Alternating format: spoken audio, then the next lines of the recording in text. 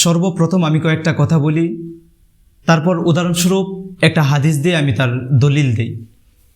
শরিয়াসম্মত যে কোনো বিষয় নিয়ে আমরা যদি কোনো কথা বলি, আর যখন দেখি ওই কথাটা আসলে শরিয়াসম্মত ছিল না, কোরআন বা হাদিস দ্বারা সেই বিষয়টা প্রমাণিত ছিল না, তখন আমরা মন গড়াভাবে বলে দেই এটা রাসূল থেকে বর্ণিত, এটা হাদিস থেকে বর্ণিত, এটা কোরআন থেকে বর্ণিত।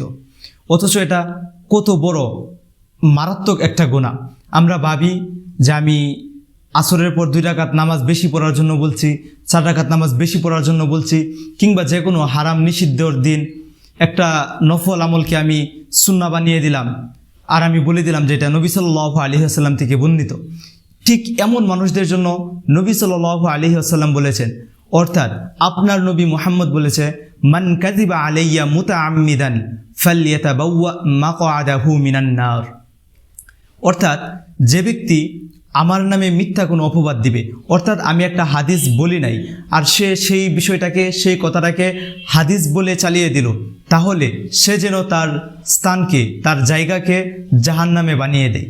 অর্থাৎ এটি খুব ভয়ঙ্কর একটা হাদিস, এবং সমাজে এই মুহূর্তে এটা খুব অ্যাভেলেবেল দেখা যাচ্ছে যে কোনো সময় যে কেউ আমরা এই ভুলটা করে থাকি।